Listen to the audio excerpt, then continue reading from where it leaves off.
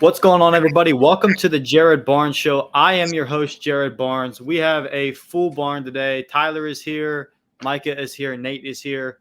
We have a lot to talk about today, and a massive trade has happened today. Not one that I'm absolutely thrilled about, because I am a Pittsburgh Steelers fan, and this player is in my mind, one of the best players in the league at his position at linebacker. That is Roquan Smith. And today he was traded from the Bears to the Ravens. Let's get this tweet pulled up from Ian Rappaport here. What was that noise? Not sure what that was, but Roquan Smith was traded from the Bears to the Ravens today. And all Baltimore had to give up to get him was a second-round pick and a fifth-round pick and a linebacker in A.J. Klein for just to get Roquan Smith. And the Bears will – I'm confused by that tweet now. I thought I looked into this, and I thought the Bears were going to pay his salary. Oh, yeah. No. His contract had not been renewed yet.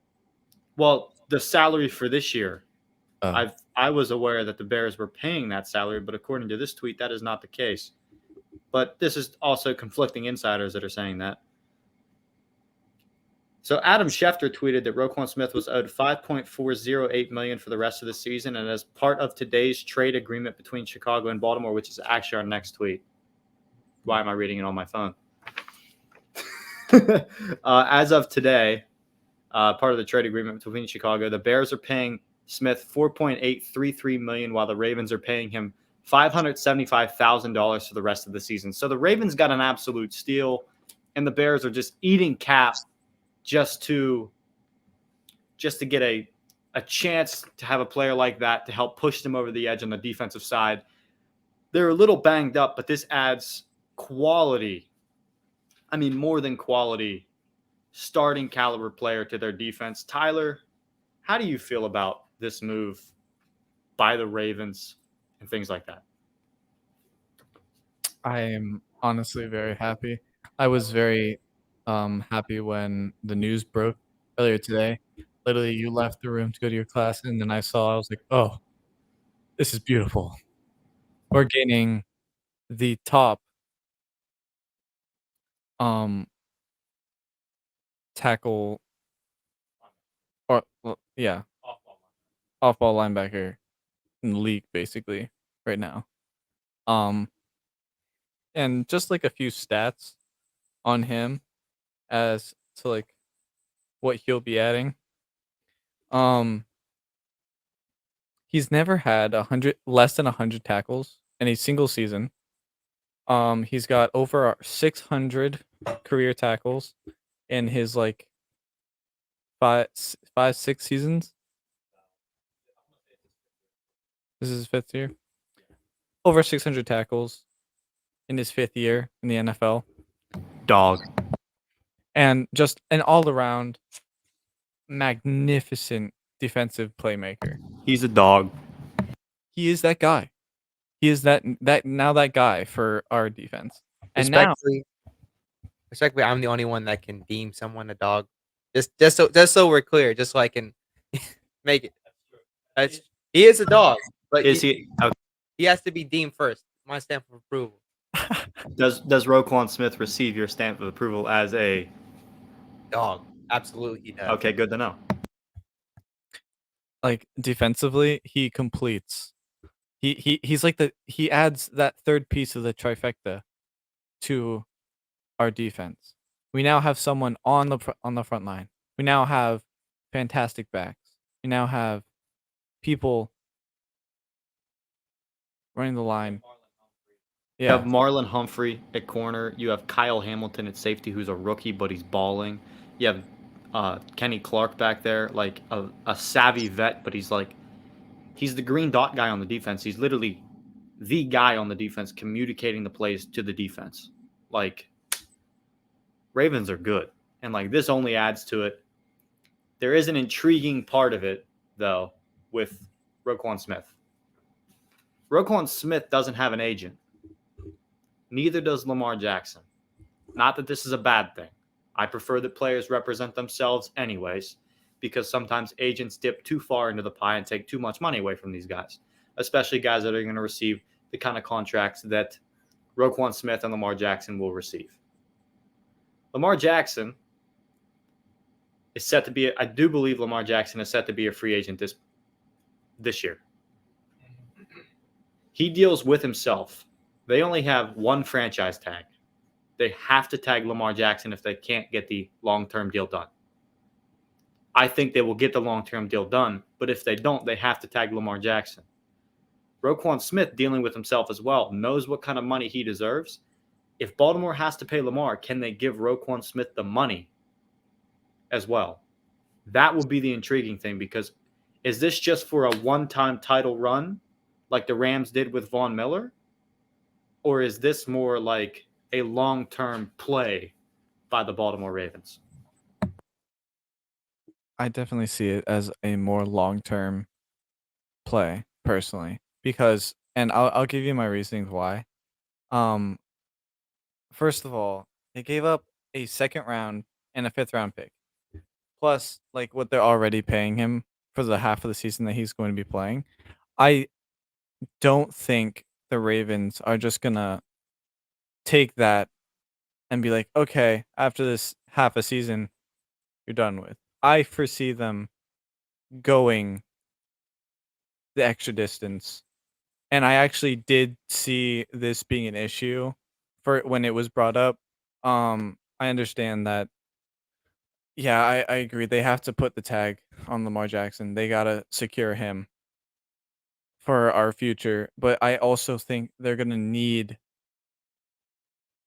Roquan Smith in the future as well to continue that reign and kind of continue that, like, our defensive abilities and to grow those.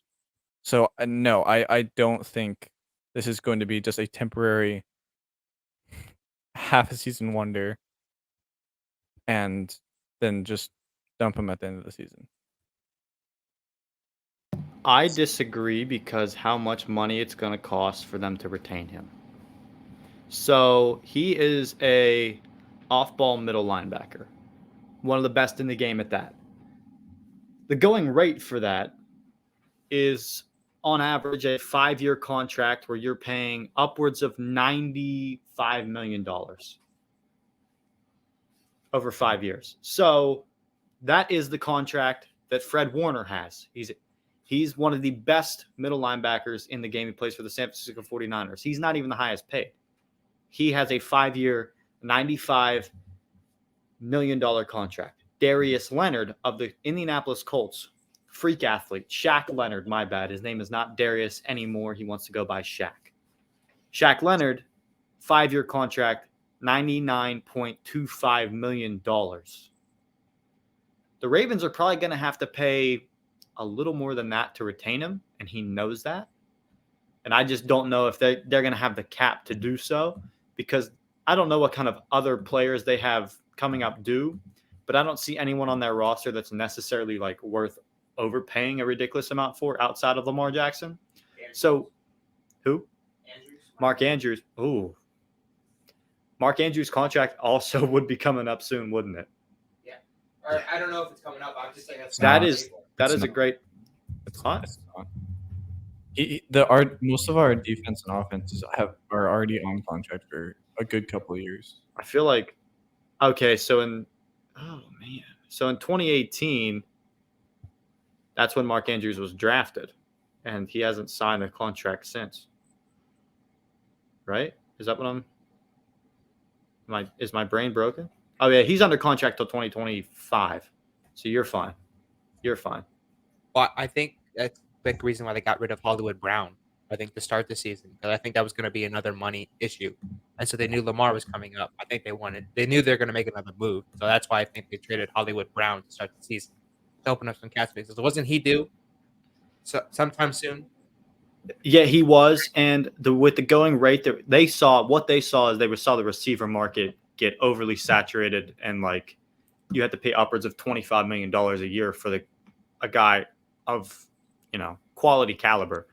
Marquise Brown, not $25 million a year receiver, but also going to get a little bit more than Christian Kirk was going to get. And Christian Kirk got like 17, 18. Deontay Johnson got like 18, 19, and that's about the range that Marquise Brown was in.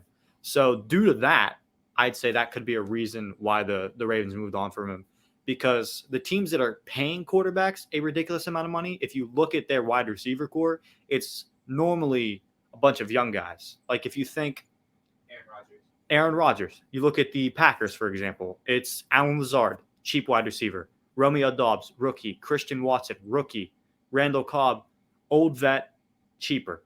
Yeah. You look at Tampa Bay Buccaneers don't count. I don't understand how they do their cap things. And the Rams don't count because they also just have a cap guru that works for them. But then you look at the Chiefs. The Chiefs had to move on from Tyreek Hill for this exact reason. And instead they have Juju Smith-Schuster, who they just traded for Kadarius Toney, Marquez Valdes-Scantling, and Mecole Hardman, who's also on a rookie contract and who could be possibly finding his way out of town, like because of the fact that the going rate for receivers is so high. So that's definitely probably why Marquise Brown got shipped out of town. But I think it would be a good play for them to like hopefully make this a long-term thing. We will see because it's going to be hard for them to retain, I think, both. And if they retain one, retaining the franchise, in my opinion, much better than retaining a middle linebacker because they have that in Patrick Queen already. But moving on from the Ravens, we'll come back. Oh, you got something to say? We'll go to it. Well, I just think Patrick, Queen does his own, I feel like the stuff that Smith is going to be bringing is going to more complement Queen and what he specializes in. He's going to be Roquan Smith, much better player than Patrick Queen, like exponentially better than Patrick Queen. In my thinking, Smith is kind of going to be that solid rock in the middle of our line, and Queen is going to do what he does best, and he's going to freaking blitz till the cows come home, and he's going to do good because he's gone really close many times this season, and he has actually done some stuff in the back. I just think it's going to play more into Queen's strengths having Smith there long term and in general than having Queen kind of just be that one guy. And the salary cap's going up over the next few years anyways. Like we're going to see a massive increase in the salary cap, and we'll see how that translates to contracts and things like that. But there's a lot of that going on in the NFL where it's like, I think teams are very they're trading away these kind of guys that they know they're not going to be able to retain because of things like that. And moving on from, all right, I just walked in to do some kind of blind check, but completely distracted me and moved me on. So we'll just move on from that topic altogether and move on to our next one. Derrick Henry and the Titans completely rolled through the Texans on Sunday. Derrick Henry had 32 carries, 219 yards, and 2 touchdowns. Henry now has 4 consecutive games of 200 yards versus the Texans, which no other player has done. And that marks his 6th career game where he has 200 yards in a single game, tying Adrian Peterson and O.J. Simpson for that spot. Now, here's an interesting little stat for you that I saw in an ESPN article earlier that I screenshot and forgot to put on a slide here. But in Derrick Henry's career, like I just mentioned, he has 6 games where he has 200 yards. Below him on that list is himself, if you just put his games versus the Texans with 4. Below that is Jim Brown. Jim Brown only had 3 games where he had 200 rushing yards and 2 rushing touchdowns. Barry Sanders only had 3 games where he had 200 rushing yards and 2 rushing touchdowns. And LaDainian Tomlinson also only had 3 games where he had 200 rushing yards and 2 rushing touchdowns. 3 Hall of Fame running backs. Derrick Henry is a Hall of Famer playing directly in front of us every single week. And not only did he break those records and set all those records, he broke the Tennessee Titans franchise records for career touchdowns. And it's only his 93rd game in the NFL. He has 75 touchdowns in his Titans career now, with 72 of them being rushing, 3 of them being receiving. The record was 74, held by Eddie George, a fantastic running back, not a Hall of Famer, but extremely, extremely talented running back. And Henry's just been extremely dominant. Throughout his entire career, we've seen this. At Alabama, we saw it. At Tennessee, we've seen it. Can he single-handedly carry the Titans into the playoffs and possibly to a Super Bowl in the kind of NFL we are? I don't know. But how far do you guys think that the Titans could go through the legs of Henry? First round exit. I'm sorry, but Derrick Henry is great, amazing player. Your starting quarterback is Ryan Tannehill. You don't have AJ Brown. Is Julio still on that team? I don't even know. Is Julio on that team still? Julio plays for Tampa Bay. They have no wide receivers, and I will actually talk about that later with the Eagles when I talk about AJ Brown. Yeah, no, it's bad. Their wide receivers are really bad. And so they have no wide receivers, and even if they did have wide receivers, Ryan Tannehill is throwing to them. He's your starting quarterback. This week, Ryan Tannehill didn't even play. He was hurt. He had a sickness. Malik Willis played. Malik Willis threw for only 50 yards. They ran the ball. The Titans ran the ball 45 times. They went completely old school versus the Texans this week and plowed through them. It's the Texans, but they plowed through professional football players like it was nothing. Yeah. That's Henry's terrifying. If he can remain healthy, he's going to be fantastic. But I agree. I don't think they have the offensive firepower to really make a push in the playoffs. Their defense is fantastic. We actually saw it last year in the playoffs. But their offense was proven not to be enough. They had 9 sacks versus Joe Burrow in the AFC divisional round. 9 sacks versus Joe Burrow and lost because they couldn't contain the Bengals wide receivers and Joe Burrow, even though the Bengals couldn't do a whole lot. Yeah. Like, first-round exits, easy to see, especially with how deep the AFC is. So, well, especially how weak their own division is. I mean, you have Marcus Mariota in that division. You have the Jacksonville Jaguars, who they're looking better, but they still are the Jacksonville Jaguars. And then the Indianapolis Colts with Matty Ice, and they haven't done jack squat. Sam Ellinger now. Sorry. Don't diss the boy. Sorry. We're back, but we're not back to being a winning team. The Colts are. Oh, absolutely not. Yeah. So horns down. Yeah, no, I definitely see the Titans though making the playoffs, but I don't see them going far at all. Bills first round, Chiefs first round, whoever they face in that first round in that AFC, they're gonna get plowed. So I see them making the playoffs because of their division, but I don't see them doing anything when they get there. Again, it's going to be interesting to see because the AFC is extremely deep and most of everybody can throw the football outside of the Tennessee Titans. But a team that's just stumbled their way into wins every single week is the Minnesota Vikings. And it was mentioned last week that we don't talk about the Vikings. And I knew this week they had a pretty important, good game. They played the Arizona Cardinals. And the Arizona Cardinals have been iffy all season. On and off, start slow. But the Vikings move on to 6-1.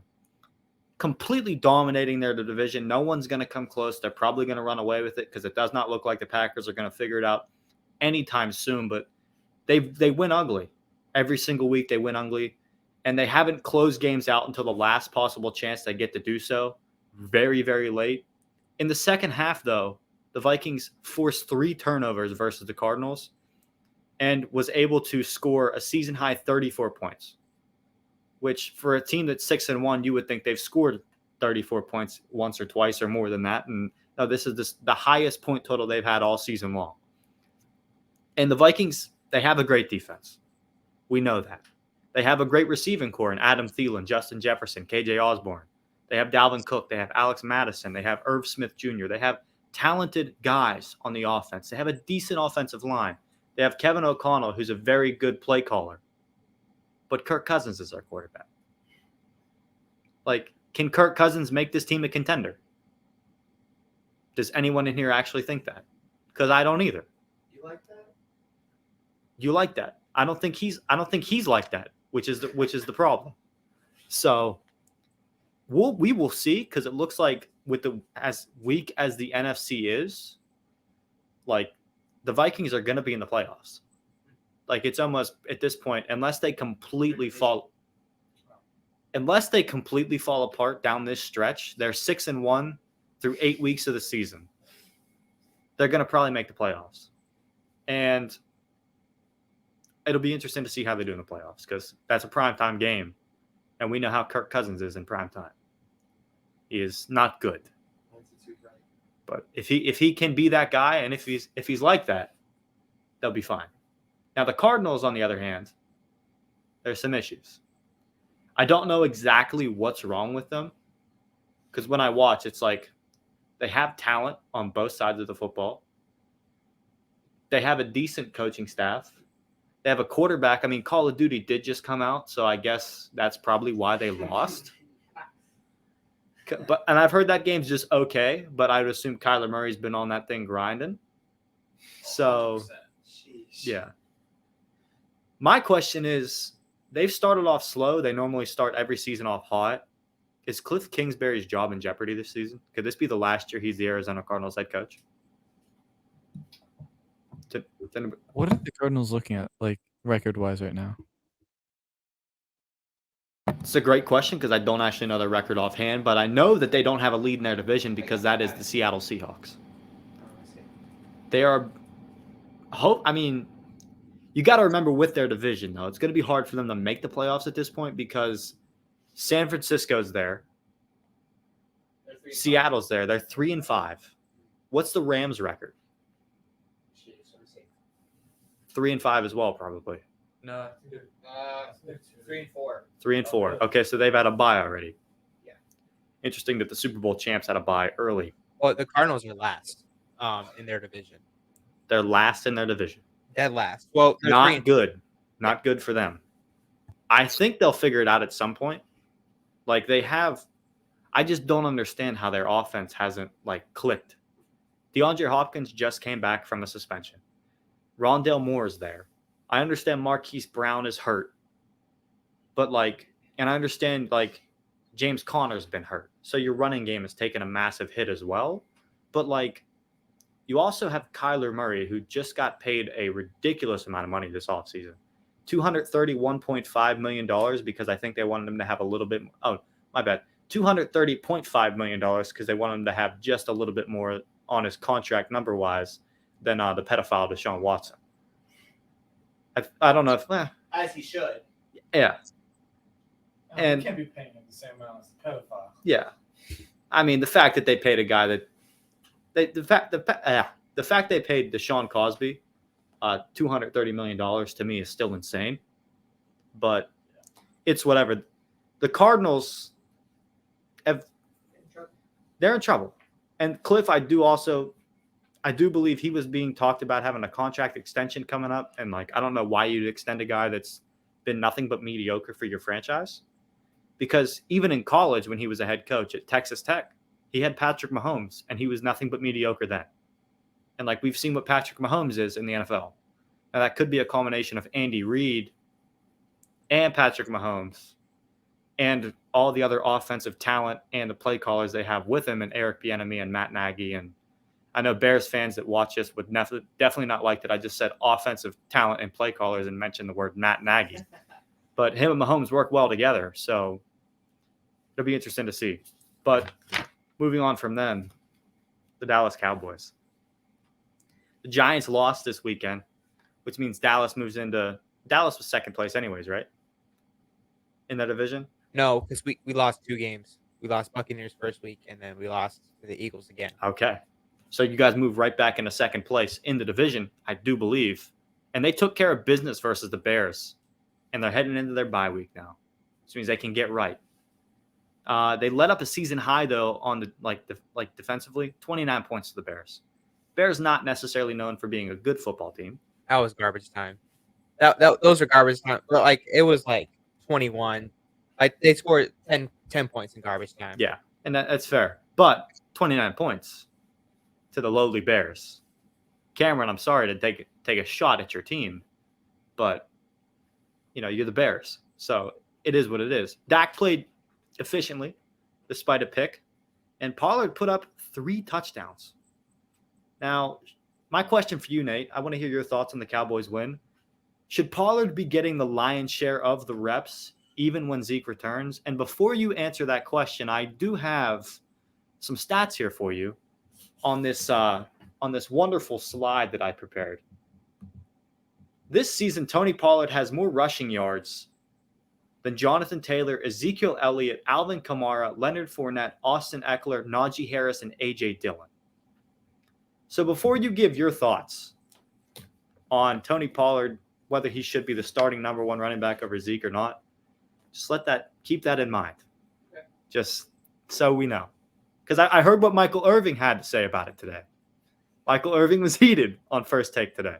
I love him. Yeah. But I'd like to hear your thoughts. Yeah, no, we handled business. I was not even scared about this game. I saw we put up 14-0, and I started doing other stuff. I had more important stuff to do at that point. I just knew the game was over. I love Pollard. I sadly played him in fantasy, so he did not love me this week. But, definitely a great game. Cowboys played excellent. Dak Prescott's finally getting back into his system again. If you watched that game, you saw the amount of pace that Cowboys team had. Like, Dak was clicking with his offense. And, that's why they scored 14-0 so fast, is because that offense was clicking and that Bears could not stop it.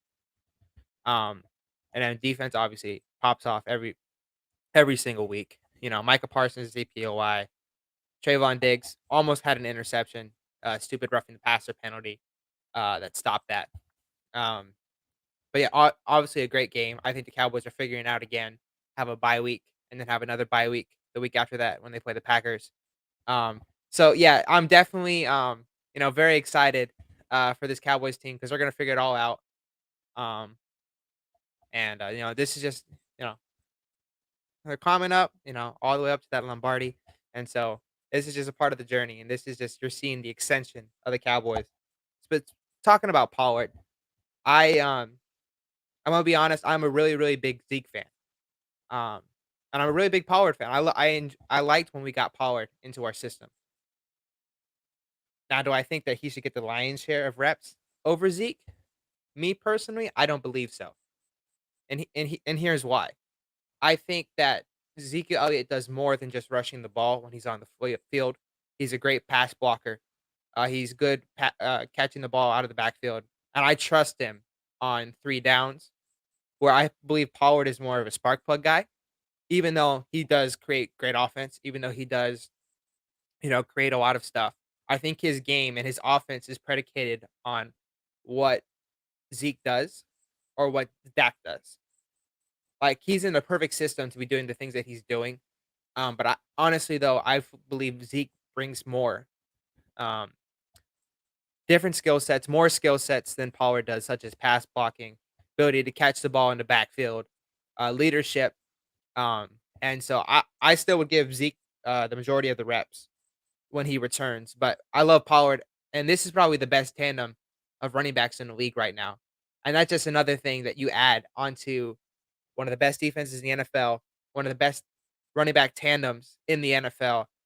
I mean, I don't know exactly what we call San Francisco. They're kind of just one of the best offensive talent. I don't know exactly what their running back room, wide receiver room looks like. But yeah, honestly, this is just another thing where you have to say the best, the best, the best, and you can't call the Cowboys the best team in the NFL. When did we start calling them that? They're not 7-0. They started out slow the first game. They lost to the Eagles with a backup quarterback. But when you look at this team, this is probably the best team in the NFL. I'm going to say it right now. Team full of dogs. There's even a ginger on that team, and he's a dog. That is the only ginger I will ever give that title to. I don't care who you are. Conor McGregor, I'm sorry. Cooper Rush is just better. Bro, what was in that Sprite you drank earlier, bro? You're on something. You may have a bunch of dogs, but you ain't the best team in the league. Not even close. I don't. We are. We are.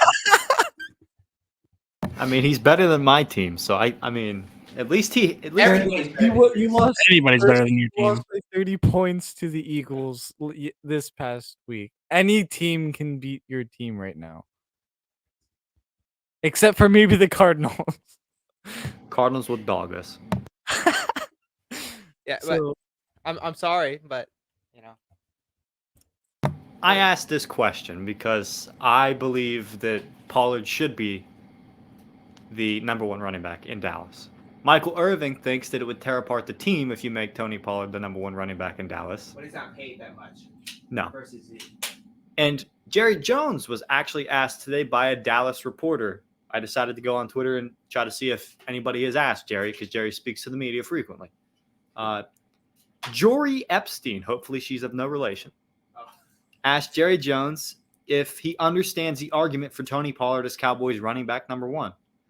He said there's no argument. He said Zeke's ability to punish, Zeke's ability to deliver it, and Zeke's ability to what he's done for us in pass protection, and frankly, Zeke's ability to make big plays are there.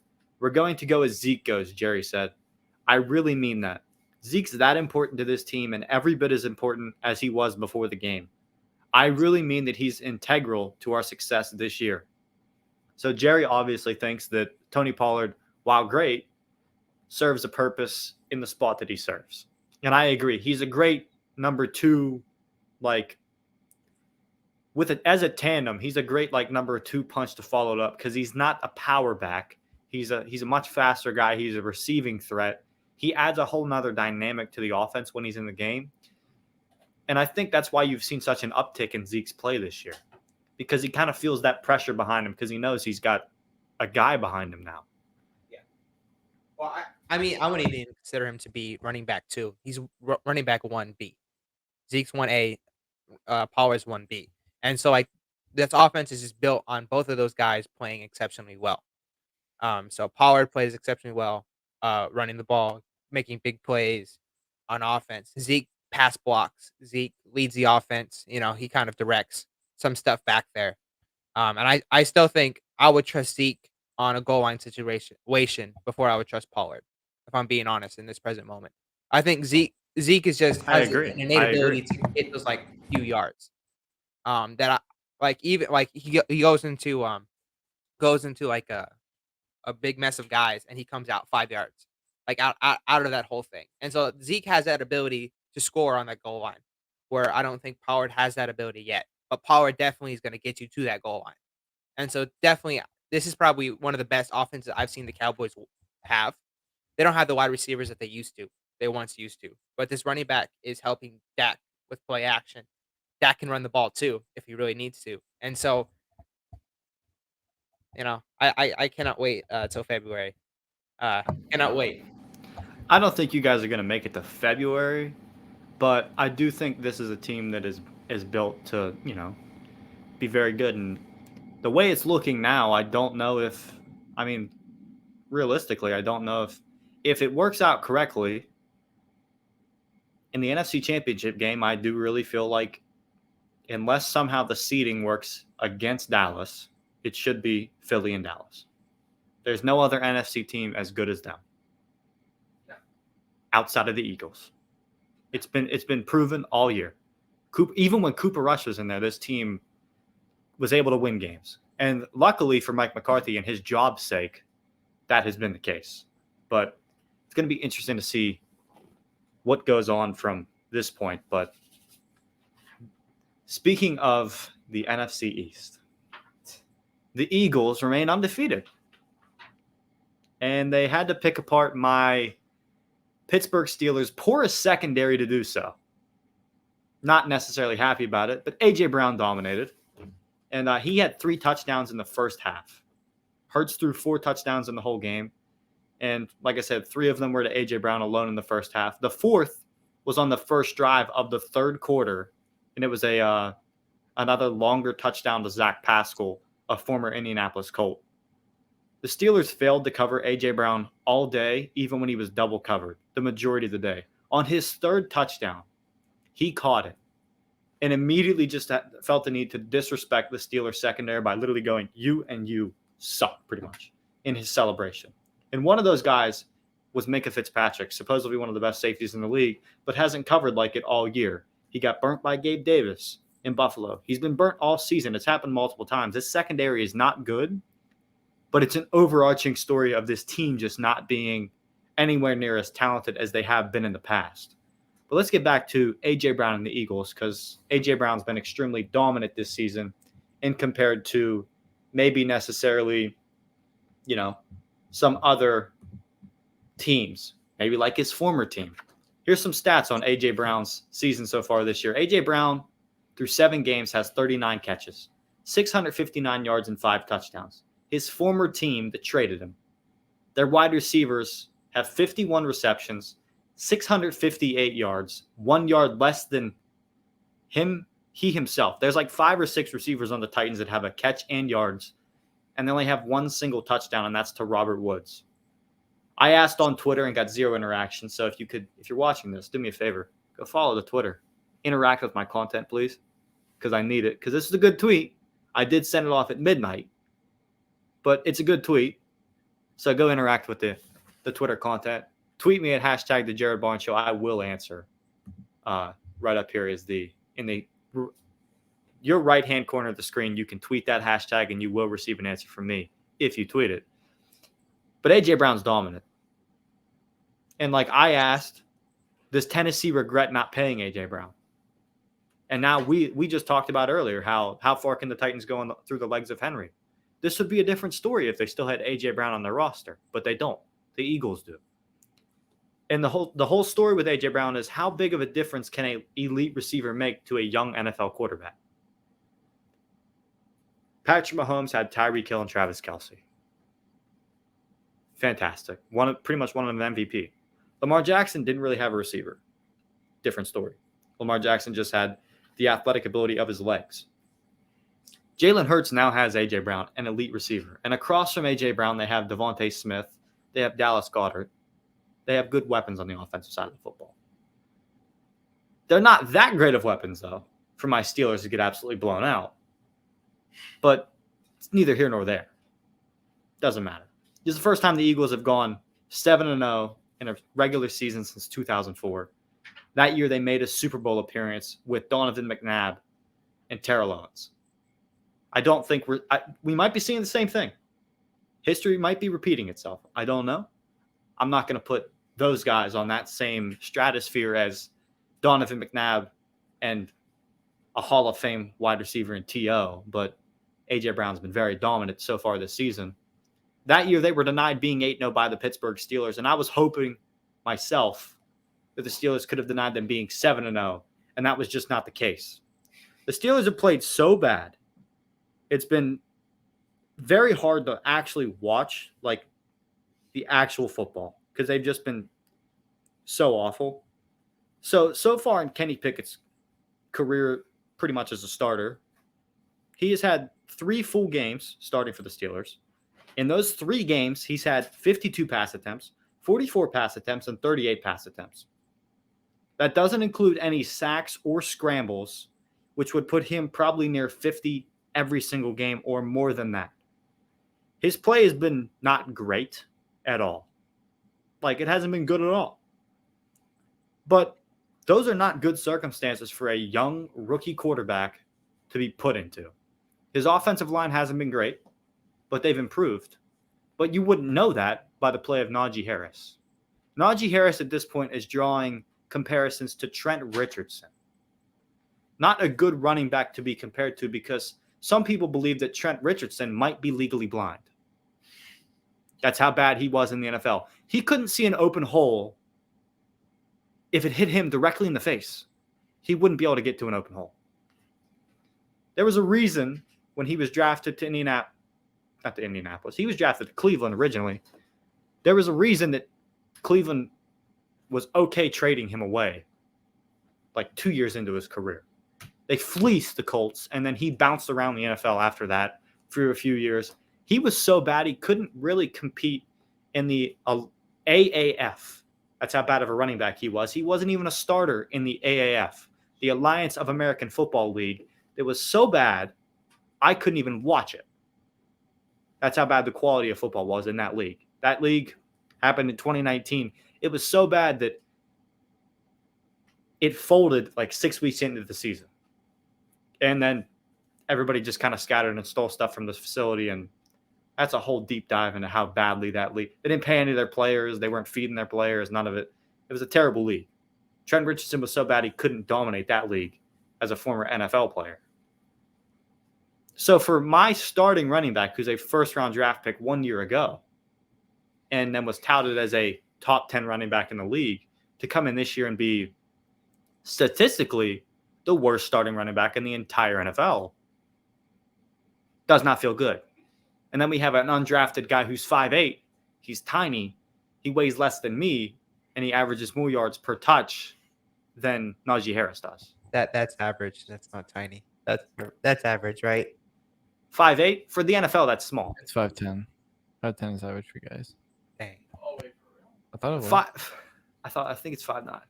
Is I think it? 5'9" is average height for a male individual in the United States. We can figure that out here. Well, I It's think not- the we're biggest gonna play thing this is Tyler Lockett clip, not good. Uh-oh. A little technical difficulties here. A little technical. There's a Tyler Lockett clip coming up on his thoughts. Little tease right there from Tyler. Not intentional, but it's okay. It's frustrating to watch because this Steelers team, we were teased going into this game I was on wrong. Twitter. I was Huh? wrong. It's 5'6". So he's actually technically 2 inches above. Yeah, but in the NFL, what's the That average makes height? me Oh, feel better. Tiny. That makes me feel better. In America, the average is 5'6". Yeah, apparently. Or is that the world? Either way, 5'6". True. Yeah. Average Yeah, height. we're Good gonna height. wrap it Good up. height. It's good height. But either way, this Steelers team's bad. I've gone to the point where I'm indifferent because I know they're gonna to even watch the game. It's tough for me to watch them anyways because I'm in Florida. They play in PA. I'm not really in their market right now, so I only get to see nationally televised games. And the nationally televised games I get to see get kicked off of national TV because we're getting rocked so bad. We suck. But I'm indifferent at this point to whether they win or lose. I just want to see growth out of our players. I want to see changes happen. I want to see Matt Canada fired. I've been calling for it all season. It won't happen, but I'm going to keep calling for it every week until it does. Because we don't need a rookie quarterback in Kenny Pickett, who is supposedly the most pro-ready quarterback in this entire draft, who maybe we drafted too high. Maybe we drafted too high. Because some people said he wasn't worth a second-round pick. We drafted him in the first at 20 overall when no other quarterback was taken until the third round. Maybe we drafted him too high. Maybe we should have taken an offensive lineman and then Kenny Pickett. Maybe we should have taken something else and then Kenny Pickett if we could have got him. But he could possibly be the franchise guy. Do we want the possible franchise guy to be building bad habits with a god-awful offensive coordinator in Matt Canada who couldn't run a high school offense if he tried? No, we don't. It's time to move on from Matt Canada. It's time to solve the offensive problems by exiling him from the organization and telling him to scram out of the NFL and go back to where he belongs, coaching Pee Wee football. I'm done. I have no more thoughts. Matt Canada sucks. There was people in Pittsburgh dressing up in Halloween costumes. Okay. And their Halloween costume was Matt Canada's playbook. I saw 7 photos of people dressing up as Matt Canada's playbook, and it was literally nothing. There was nothing on the piece of paper that they were wearing. Not a thing. Because this is what that guy dials up. He dials up nothing. He dials up one entertaining play a game where it's a trick play. But that's the only successful plays he can do are trick plays. That doesn't work in the NFL. You have to have consistent play calling in the NFL, and we're not getting that. And I'm tired of watching this team every week. Just so our listeners know, I did make a GoFundMe for Jared. He does need some therapy, extensive therapy. Link will be in description, but get this man some help, please, because we can't be seeing him like this. Don't. It's okay, man. We're here for you. We're here for you. We're moving on. Screw the Steelers at this point. Fire everybody. I don't care. I agree. Don't fire Tomlin. I agree. Just don't fire Tomlin. You get the same results with one man on the field as you do all of them. So. Yeah, I mean, there's a good chance that some of our guys, I mean, I don't want to take no shots here, could barely make it in the XFL. I mean, that's just my opinion. I couldn't make it in the XFL, so that's no. If they had one guy on the field, maybe the Eagles would have scored 31 more points. moving on. Let's move on to the Dolphins because I'd like to move on to the Dolphins. I have nothing else to say about the Pittsburgh Steelers. Nothing. No more. None. Nothing. I can't do it. This is getting ridiculous every week. I'm used to winning football. That's the last thing I'll say. I'm used to winning football. Not anymore. I'm used to at least average. That's facts. I'm used to at least average football the last few years with Ben Roethlisberger at quarterback. We're not even getting that. We're getting below average, crappy football. We get rocked by the Detroit Lions right now. We are so bad.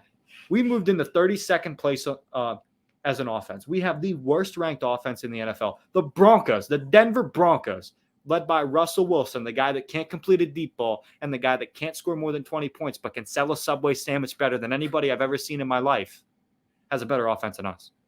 That's dangerous. Bro, those ads are so dumb. Like, Yep. I don't, He came out with another one. he did? Yes. They pulled it. They pulled him. It's okay. We're safe. Really? Yeah, they pulled them because they were so cringy that. Bro, it was so funny. It's so bad. So. Yeah, they were very cringy. But let's move on to the Dolphins. Would someone like to take over on the Dolphins? Because I do have to take a bathroom break. Just take it from here, Micah. Micah, internal. I'll go off of what he wrote on here, and then I'll go on my own little spiel at the very end, because I have my own little spiel. So he wrote, this is compared to the last 3 years for the Dolphins. Has completed 180 yards. Offense has had to win games, which is facts, because offense has not been looking too good without Tua. Tua has finally come back. He's looking decent, but still not quite connecting. I mean, to be honest, they went against the Lions, and they still didn't put up enough points against them. It kind of looked ridiculous. It was sloppy the whole time. I was aggravated. I couldn't even finish the full thing. I think I went back to fourth quarter and was happy, of course, but still not as happy as I should have been. So, yeah, offense is kind of pulling through, but not really. Tua, on the other hand, he has a 5-0 game streak with the team. I mean, Bridgewater did his best, but Tua's out there, pulled 5 games. Technically, he's undefeated. But Tua's not quite connecting with Tyreek like he did before. Waddle dominated this game with his rushing yards and everything that he did for that. Waddle was insane. Tyreek was okay. Tyreek couldn't get open as much as he is used to, so I don't know what was happening there. I don't know if he's just having an off night or not. But Tua threw for 382 yards, which is insane still for against the Lions. So should have been more, but it wasn't bad. It wasn't bad. It was sloppy. So that's pretty much my overall thought on this. Is it's sloppy because at one point the defense came through and he got by and he's running to go sack the QB and he just fell. Like he tripped over his ego. I don't know what he tripped over. He must have tripped over his laces or something because there was nothing in front of him and he just tripped over right in front of the QB. And that play led to them having a touchdown for the Lions. So like the Lions were getting ridiculously lucky, and if they were to play them again, they would have lost by 2 or 3 touchdowns easily. They were just getting lucky the whole time, and it was aggravating me. And it wasn't like they were playing that good. Neither side. It was trash on both sides, and it was just. I mean, honestly, Tua was throwing some bad throws, but I mean, he's coming off of a concussion, I guess, if you want to use that as an excuse. But not really. I mean, he's coming off of getting his brains turned into scrambled eggs like 3 weeks ago. So like the fact that that man can even function as a human being at this point, that's not what I think personally, but that's what some of the people out there in the media have been saying. The fact that this man can even walk. I mean, watching a Dolphins game at this point is kind of frustrating because the only thing they want to talk about is why is Tua still playing football? They think Tua should have retired because he got a concussion. Guys get concussions all the time. No. Guys get concussions all the time. Yeah. I'm just saying this strictly because that Sunday Night Football game where they played the Steelers and dogged us. Because that's what happens when the Steelers play in primetime games. Still kind of mad about the Steelers. Moving on from the Steelers, we're talking about the Dolphins. Mike Tirico pretty much was talking like there's a couple plays where Tua kind of was sacrificing his body to get first downs, diving forward. A normal play. Normal NFL play. Yeah. Acting like it was wrong. Tua should have slid. People on Twitter saying the same thing. Dumb. Tua a good quarterback. Tua's making the right decisions as a team guy. But yes.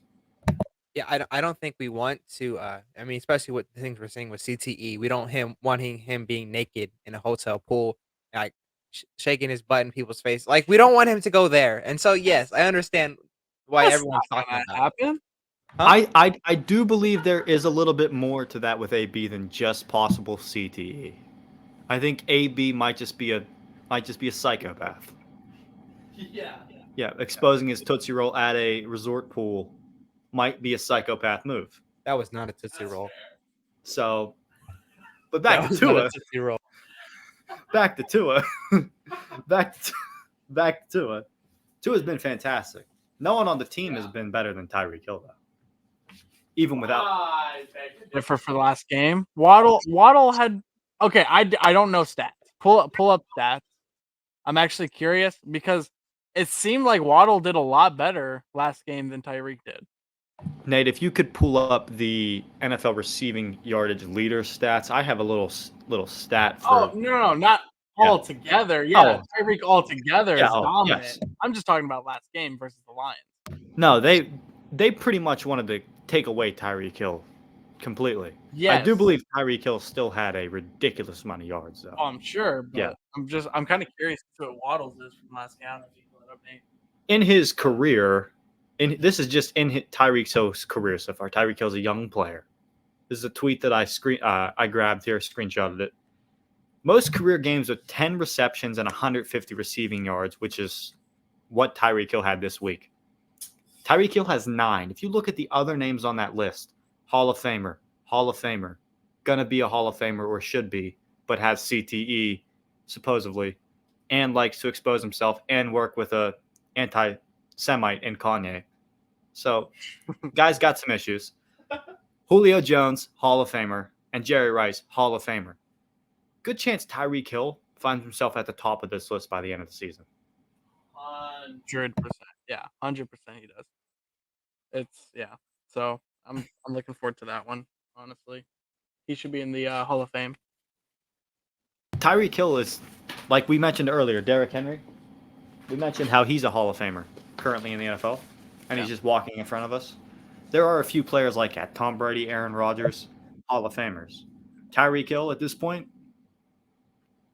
like, I don't know if he necessarily has the resume, but if this man continues to do what he does and at such a dominant rate, he's a Hall of Famer. Like, and I don't like to throw that around lightly, but he's a Hall of Famer. Cooper Rush, Hall of Famer. Micah Parsons, Hall of Famer. We're done talking about the Cowboys. And the Cowboys fan has gone awry yet again. But do you have the receivage yarding? I do. I have it. Go for it. Yeah, it was 12 for 188 for Hill, and then it was 8 for 108 for Waddle. Tyreek Hill's just that dude. Like, for real. Even when you don't think he's dominating, he's such an integral part of the game plan that he just did. Like I watched the game. It seems like Waddle just did more. I don't know. It just seemed like that out on the field. I think it's because he might have had. Waddle had 2 touchdowns and Yeah, he had 2 touchdowns, I believe. Yeah, I think Hill had 1. I think. that might have been in my mind. It's like On the season though, Tyreek Hill leads the NFL in reception yards. Waddle's 4th.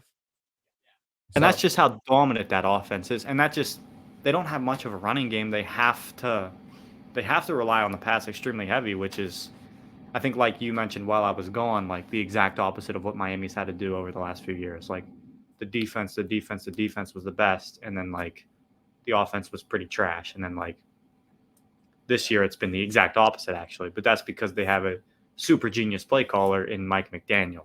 Unlike what the Pittsburgh Steelers have in Matt Canada. Screw that guy. Either way, moving on, we've heard enough about Matt Canada and the terrible Pittsburgh Steelers. I won't keep bringing them up. I'll bring up a team that somehow has a better offense than they do. The Denver Broncos, who got a win in London this week, even though they have quite a bit of problems on the offense. They have a lot of problems. One of those problems could be the quarterback himself, Russell Wilson. We don't know that for sure, but supposedly this guy was doing high knees on the plane for 4 hours, working out on the plane for 4 hours. And when asked about it, he had this to say. Before the game, this was on Thursday. get jet lag too often. I don't really, I've traveled enough to get, kind of get my system down. But yeah, for me, I was on the plane the first 2 hours. I was, first 2 hours, probably 8 hours flight here. That's the first 2 hours I was watching the film, watching all the cut-ups and everything else. And then for the next 4 hours, I was doing treatment on the plane. I was walking up and down the aisles. Everybody was knocked out. I was doing high knees and working on my legs and everything else, make sure I'm ready to rock. So that was good. And then the last 2 hours, the last hour of that, I fell asleep for 1 hour, and I watched the film the rest. So I felt good to go once we got back. And then we had... I called Cap. He was eating Subway the entire way. He might have been. That might have been his actual pregame, pre-warm-up snack. And then he probably got put through the 4-hour workout. And then he watched. The guy doesn't actually sleep. He's got Wolverine blood. He's a dog, supposedly, in his eyes. He also, midfield pregame prayer in front of the entire media on the 50-yard line. A wonderful. This is the guy. I think in his eyes, he might think that he is the second coming of Jesus Christ. Because he thinks he's that important to the world as a whole. What'd you say? Next Tim Tebow. Well, he would like to be Tim Tebow, but nobody likes him like they like Tim Tebow, which is a real shame because, this is easily the most likable guy in all of NFL. He's putting in the work on a plane to London. How can you not respect that as your franchise quarterback? Now that's dangerous. Exactly. Put your seatbelt on. I couldn't, if that was my quarterback and he got up and I'm a veteran on that team, I'm getting up and I'm grabbing him and I said, I don't care if you got $180 million, sit down. I'm trying to sleep. This is an 8-hour flight. Let me sleep. Sleeping on a plane is hard to do anyways. Could you imagine how hard it is to do when you got a guy heavy breathing doing high knees down the aisle? You know how frustrating. But that plane was shaking for sure. How do you do that for 4 hours, though? That's what makes this sound not believable at all. But no one on the team has come out and said anything against it because... Well, you said they were all asleep.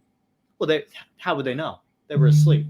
They weren't working like he was. Exactly. I was working, is what he said. Oh. He had to throw in there that the rest of the team was sleeping. But regardless of what he did or says... You got something? Yeah, I'm just saying, if he was watching the film for 2-3 hours, like what he said, I don't know if he was watching film on another team or if he was watching, some Steelers highlights, making phone calls for Matt Canada. But, he's not performing the greatest, There's wide open guys on the field. And, I don't think he was watching the right film. Maybe Ant-Man or something. I don't know what film he was watching, but it definitely was not football film. No, and you would almost think that was apparent with how that game started. He threw on a second pass attempt an interception. His second pass attempt of the game was an interception after a 3-and-out drive. That team did absolutely nothing in the first quarter. The team had all the problems that had plagued it in the past. They couldn't run the ball. They couldn't move the ball offensively.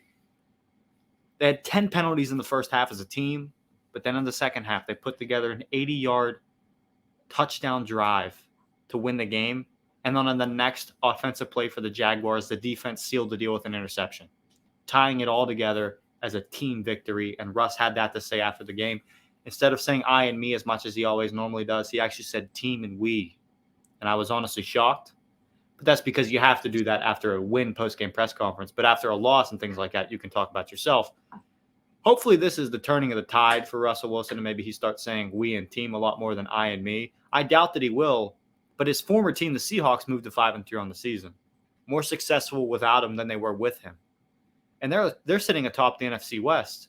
And speaking about him maybe being a selfish player, one of his former teammates, who was one of his top targets while he was in Seattle, have this to say about them being in first place and maybe take some shots at Russ. Well, I think the biggest thing is it's amazing what we can accomplish when nobody cares who gets the credit. My high school coach used to always talk about that, basketball coach. And when you look at this team that we have, we have a bunch of guys that are willing to buy in. When you look at the rookie class, they probably haven't said 500 words since they've been here. They just put their head down and work, literally.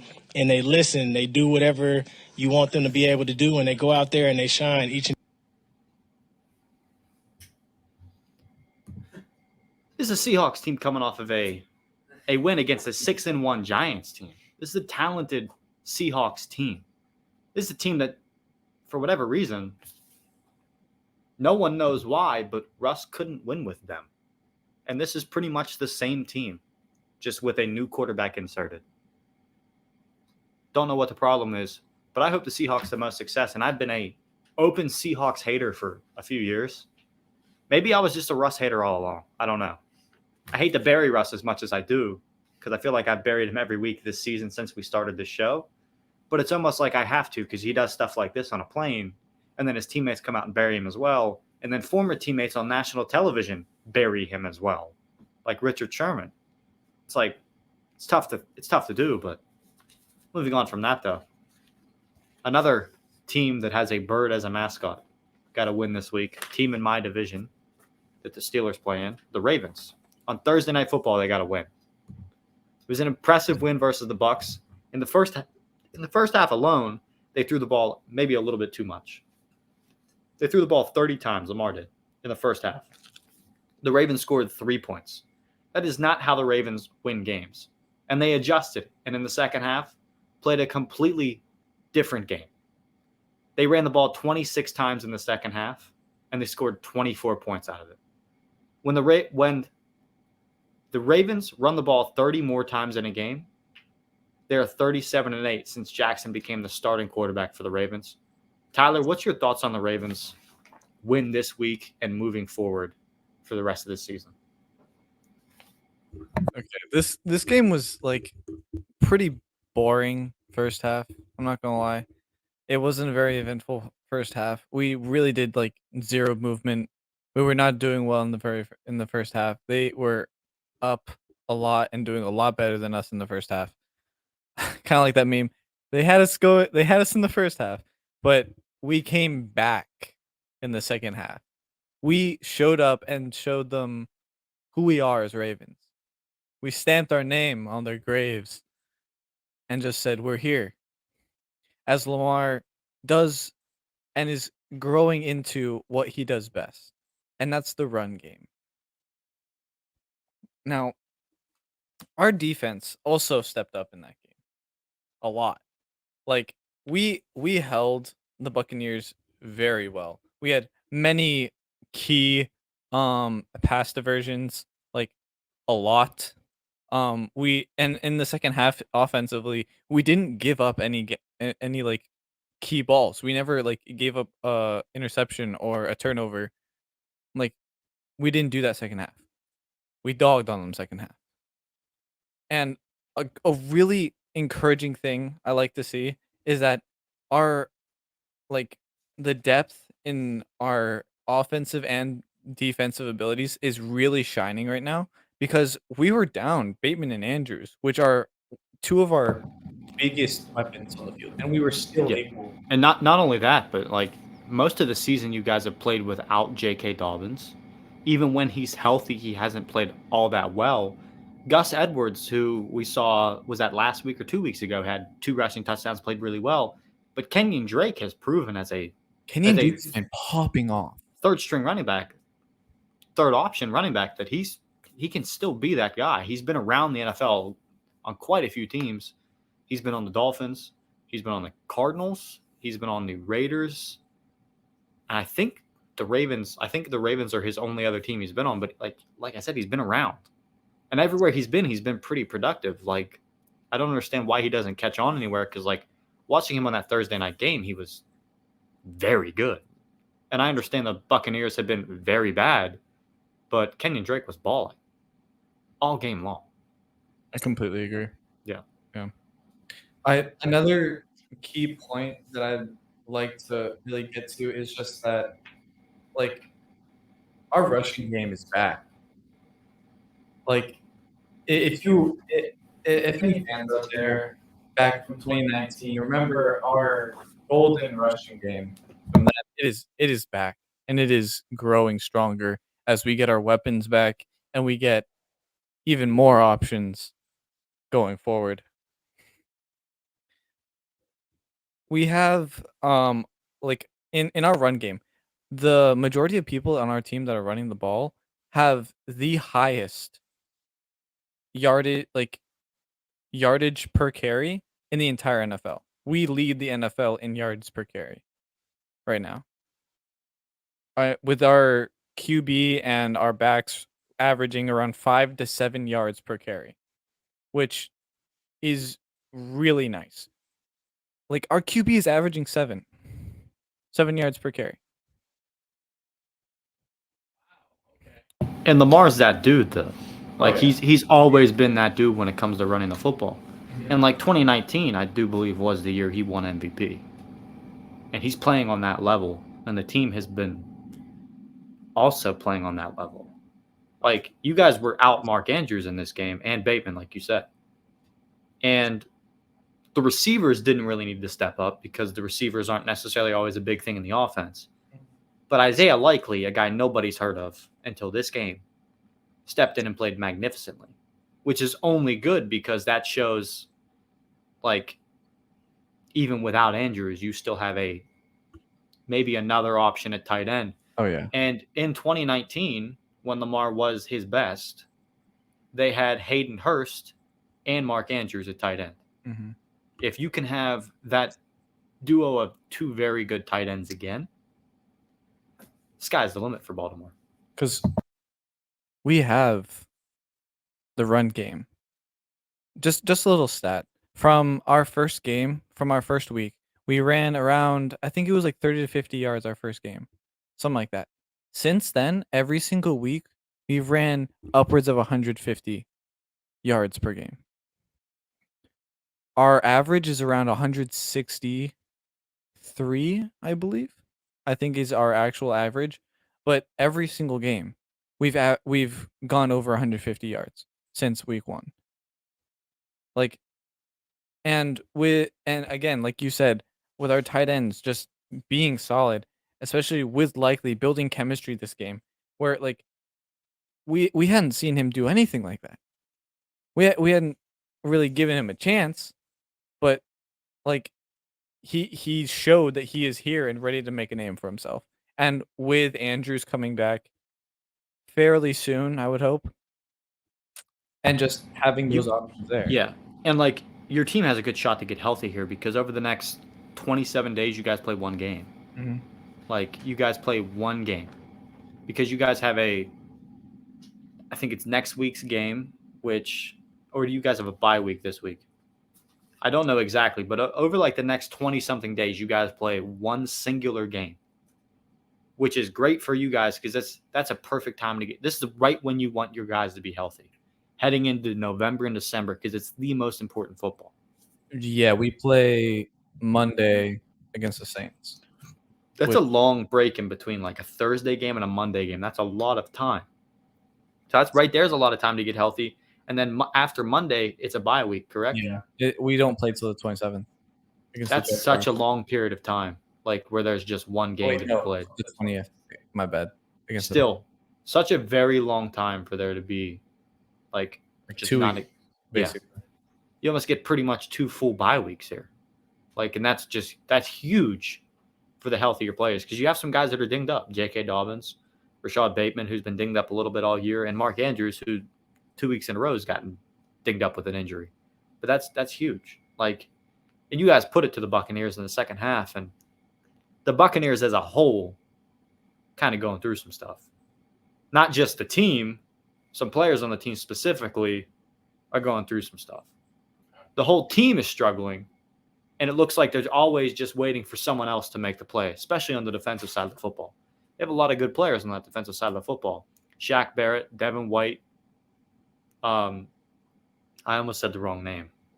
My brain just broke, and I can't remember all the defenders' names. They have some very talented defenders on that team, though, and it's just when you watch the defense, they're waiting for someone else to make the play. They have some injuries. Then on the offensive side of the football, they have talented receivers. They have an offensive line that has not been good all season long, but they've been plagued by injuries from the start of the preseason. Their starting center, Ryan Jensen, was hurt, and it's affected them throughout. They're on their third center this NFL season. Not a good thing to be on, your third NFL center this far into the season. But after this Thursday night game, it was obvious and apparent that Brady was going through It's been obvious and apparent all season that we know that Brady's been going through some family issues. And then on Friday, the next day after the game, Friday morning, it was announced that he had finalized his divorce with Giselle. He's 45 years old. And going through a divorce has to be a very humbling experience for someone that, like him, that's always just had everything he's ever wanted. And now he can't even keep his family intact maybe the way he wanted. It's a very human thing for him to go through, because for a long time people have asked, is Tom Brady a human? And that's an extremely human experience to go through. He's going home weekly, and maybe his family is not in the house. Maybe he does not get to see his kids as much as he used to in the past. And family is important to him. How important, some people would ask? Maybe not important enough. But it's not my place to say that for Brady. That's his place to say. He said that he doesn't feel like retirement's anywhere near the future for him. And he's always said in the past that he'll retire when he gets bad at football. And I'm not saying that he's bad right now, but he hasn't played good. And he's the GOAT. He's the greatest quarterback of all time, and he has not played like that. Maybe, with all the rings he's got, like maybe it's just too many things in the hand. Can't really hold on to much more. The family just kind of slipped outside. You think with as much as he cares about rings, he'd want to hold on to the one that should be the most important in his life? No, he replaced that one. It was replaced last year. That's tough. But you think that with as much as he cares about rings, though, that's the one he'd want to. That's the one maybe he should care about the most, because family's going to be there long after football is. And it's Giselle, his ex-wife now, has said multiple times in her life how much she sacrificed in her career for Brady, and it's kind of looked as of late like Brady didn't want to do that for her and the rest of the family, and maybe that's why they've gone their separate ways. The Buccaneers are bad at this point, and part of this could be the whole Brady thing. I think it's a little bit deeper than that, though. But that is definitely an integral part of why the Bucs are bad as a team as a whole. Because they're not in first in their division anymore. That belongs to the Falcons.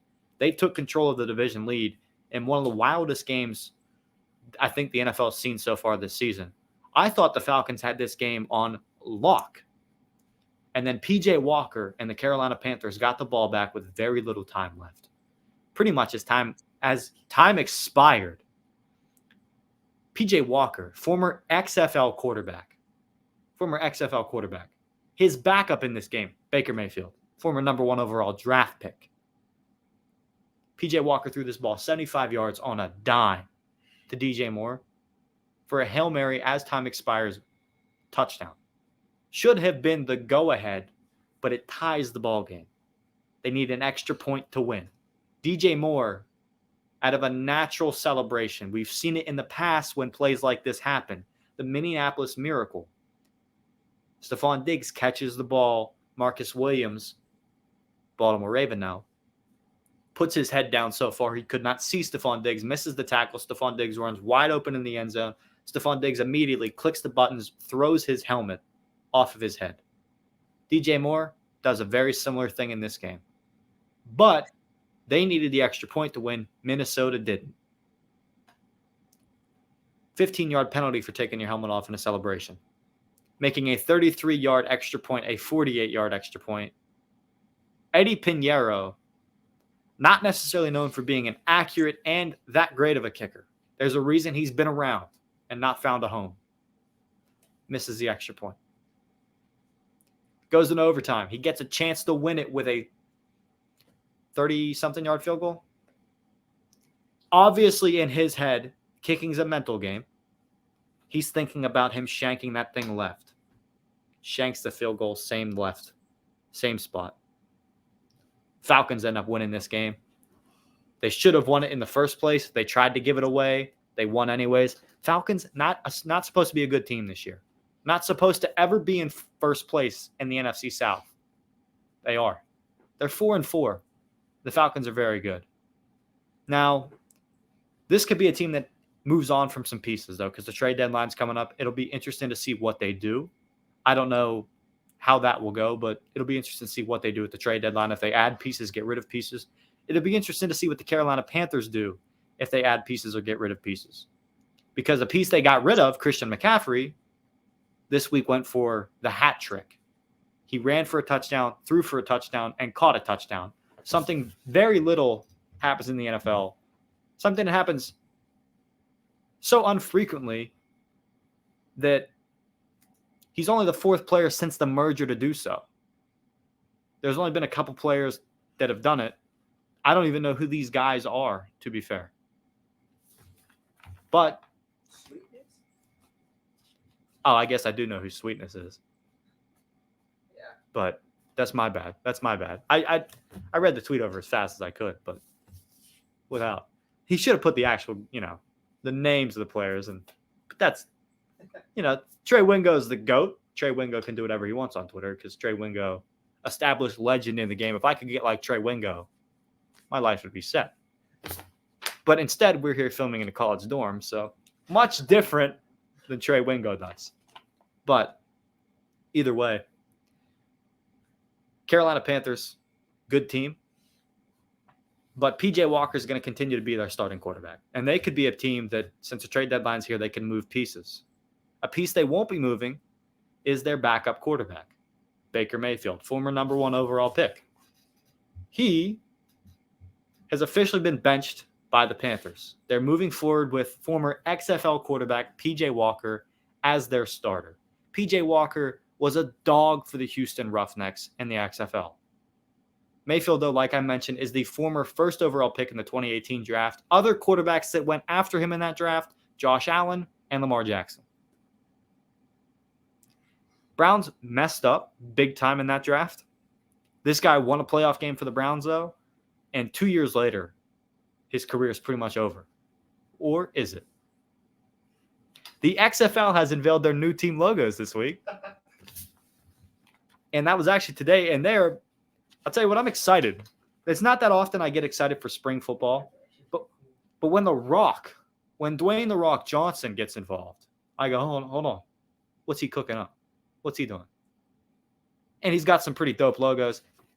I do respect, the XFL because in 2020, when it, came back and Vince McMahon was still in charge of it, it was actually good quality football. Now it's in its original state in the early 2000s and 2001. You ask my dad, it was entertaining. It was great football. It really wasn't. It was more of a spectacle at a stadium that was not supposed to be on live TV, but then NBC wanted it to be on live TV. I mean, they did some very interesting things. They did nicknames on jerseys. He Hate Me, the OG, the GOAT. He's the GOAT. He Hate Me is the GOAT. He never did anything really in the NFL, but he's the GOAT. He Hate Me. They should have done that in the second stint. They did not. They went with, regular player names and stuff like that. They did do some pretty cool, like, player would score a touchdown. They'd immediately interview him on the sidelines, though. Like, it was some awesome stuff. And, like, the pace of it was really good. And it's been proven that they can have talented guys play in that league and transition in the NFL. We've seen it now with P.J. Walker. He's now a starting NFL quarterback. He was a starting XFL quarterback only 2 years prior. So it's interesting to see. Those logos are dope, though. I already have a favorite team just because of who their head coach is. That is the San Antonio Brahmas. Their head coach is Hines Ward. I'm very excited to watch them in the spring after the Super Bowl kicks off. As of now, though, I'd like to look forward to the NFL. But, not a lot for me to look forward to. So with the XFL, though, what's next after they've unveiled their logos was the question that I asked myself today because I wanted to know when the players are going to be drafted. Who's going to be in this league? We will find out who will be in this league very soon, actually. 2 weeks from now, on November 15th, they will assign quarterbacks to each roster. 2 quarterbacks will be assigned to each team, and then the next day the draft will be held November 16th and 17th at the UFC Apex in Enterprise, Nevada. So this league, it'll be interesting to see how they do because they have to compete with another spring league in the USFL. And there's a lot of talented football players out there, But how do you have 2 spring leagues running at the same time, competing against each other on TV, and getting the talent you would like? These are both 8-league teams, and not like the XFL has the NFL backing them a little bit, which I think has the XFL on the upswing and has a better chance of surviving. I'll be intrigued to see if the USFL can be successful this year with the XFL coming back for its 3rd stint, hopefully not its final one. Hopefully this is the final iteration of the XFL and we see it take off from this point on, because the world needs spring football. And if this XFL is anything like the previous XFL we've seen before COVID came in and destroyed it, we're locked in for some good spring football. But either way, I'm excited for it. That's all we got for the football stuff today. Longest we've ever gone with football stuff on a single show ever. This could be our longest show where we just do sports content only. But let's move on to some basketball stuff. There's some absolutely wild stuff going on in the NBA. Some, wild stuff. Nate, we'll let you take it from here. Definitely some wild stuff. That was my Mountain Dew. I forgot to mute myself. That's on me. So I was going, here's the static. But so speaking of probably one of the craziest news I've heard this week, Lakers won a game finally.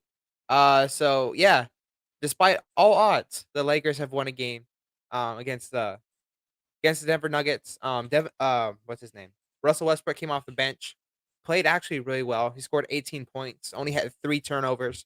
So that was much improvement from the Los Angeles Lakers. Speaking of the Lakers, Miles Turner wants a deal done with the Lakers. He made a statement and said, if the Lakers really want to compete, they would trade Russell Westbrook, their 2 firsts, for me and Buddy Hield. I don't know if that exactly is a trade request. I don't really know what he means by that, but I honestly agree with him with that statement. But yeah, the Lakers definitely need help. This is the first win. They're 1-5. They are the worst team in the league, and they can't even tank this season because they don't have their pick.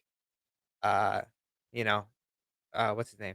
The Pelicans have their pick, and Victor Wembanyama and the Pelicans would be crazy. I think you would have to just wrap it up. You'd have to make a new league. Victor Wembanyama ended up with Zion Williamson, Brandon Ingram. Would be completely unfair. Oh, absolutely. Completely unfair. But all jokes aside, I do have some more pressing news. So last Friday, I'm going through Twitter and I see this weird thing where it's like the San Antonio Spurs have cut Josh Primo. Now, for those of you who don't know, Josh Primo, he was the 12th overall pick last year. He was selected very high, but we all thought, Popovich picked him. So he could probably be a great player. I mean, Alfred Sengun was on the board, which he felt like a Spurs player to me, being a great passing big and all. But they passed on him, picked Josh Primo. And so he was actually performing really, really well for the San Antonio Spurs. When you watch his game, he's so smooth. He was 18 years old when he got drafted, but every day he just kept getting better and better and better. He averaged 7 points, 3 rebounds, 5 assists, 50% true shooting. And that just your true shooting percentage is a little bit different. Some special numbers in there, but he was actually playing really, really well. He was balling out, and he looked to be their point guard of the future. And so when we saw him get cut on Friday, it begs some questions. I think a report that I saw immediately after that, as a statement released by Josh Primo, he said, "I know that you all are surprised by today's announcement. I've been seeking help to deal with previous trauma I suffered, and now will take this time to focus on my mental health treatment more fully. I hope to be able to discuss these issues in the future so I can help others who have suffered in a similar way. I appreciate privacy at this time." Now, with mental health is a very touchy subject. But with the other reports that I'm receiving on Josh Primo, I think there's a bigger reason why he wants privacy. And another report came out says a former Spurs female employee has alleged that guard Josh Primo exposed himself to her. Like, that's not good. Especially within the organization itself. Like, there's like, after this news came out, people were saying, "Oh, Josh Primo exposed himself in a motel in my town." Don't know exactly the believability of all those stories. But this is stuff that is in-house. Like, this is an in-house thing that's happening for the Spurs, which means what is he doing behind the scenes where he was so brave to do it within the Spurs organization? And you're like, it's just an allegation. Well, she just hired attorney Tony Busby. And if you don't know who that is, he represented some of the women in the Deshaun Watson case. This lady's going to win this lawsuit. Tony Busby has a track record of not losing these cases. I just asked Deshaun. He settled 22, 23, 24 of them to Tony Busby. Tony Busby repped all of them. I'm not saying that what Primo did, if he actually did this and he used the mental health as a scapegoat, scumbag, I hope he never plays in the NBA ever again. We don't know if he did this for sure. But if it's an in-house investigation. Going to be interested to see how that goes, because you feel like the team wouldn't want that to be out there, right? Well, it's not an in-house investigation. They're taking it to court. She's taking it to court. She filed a lawsuit against him. But yeah, when stuff is happening inside your own organization, that's what I was talking about in-house. I wasn't talking about them handling it in-house. If he's comfortable enough to do it inside the organization, was he doing it outside? Is what you're saying? That's what I am saying. Yeah. That's a good question. That's a logical jump for me. It's just because I don't think people just go out there, go into hotel pools and start exposing themselves. There are steps. You have to be a psychopath to do that. Exactly. And I don't think Josh Primo is a psychopath. AB's a psychopath, though. AB is, yeah. But the mental health excuse, that's uncalled for. That's a very touchy subject. I know a lot of people that have struggled with it. I know some people in here have struggled with mental health. It's real. It's not some fake. Me, I've struggled with mental health in the past. Before we all look around, I'd like to establish it is me. I have struggled with mental health in the past. Tyler's mentioned that he has. Micah says he struggles. I think we all have struggled as well. As a normal human being, mental health is a problem. I mean, mental health can be an issue. You gotta understand. Absolutely. It's just kind of like you go through it. Some people deal with it much worse. And if Primo is going through some kind of mental health thing, I hope he gets the help he needs, because that's no joke. Yeah. But if he's just using the mental health as a cop-out for saying, oh, the reason I acted this way was because I have a mental health disorder, it's like, well, I don't think if you have a mental health disorder where you're depressed, I don't think you're going to whip your dong out to a trainer in your organization. I know I haven't. I mean, yeah, that's not how I normally. Yeah, that's not how you normally behave, But it's going to definitely be interesting to see, and she's probably going to win this lawsuit, guaranteed. And I would assume there's likely video evidence somewhere of it if it happened inside the organization, unless it happened in a very private area of the building. But all of those buildings are under high security camera footage, so I assume there's probably some kind of video evidence of it. Oh yeah, somewhere.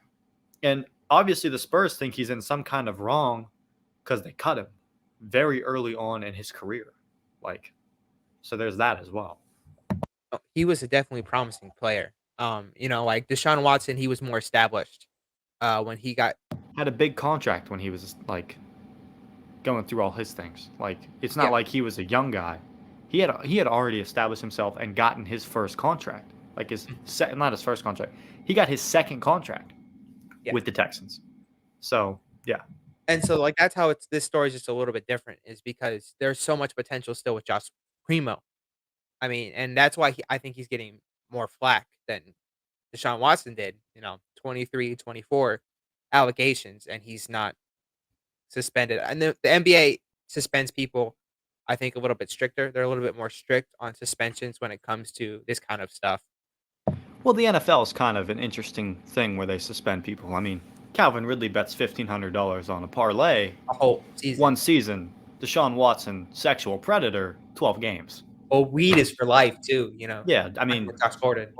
not just Josh Gordon. There's a wide receiver that played for the Jacksonville Jaguars that he got caught with, I think it was marijuana as well, and he's never even played another NFL game.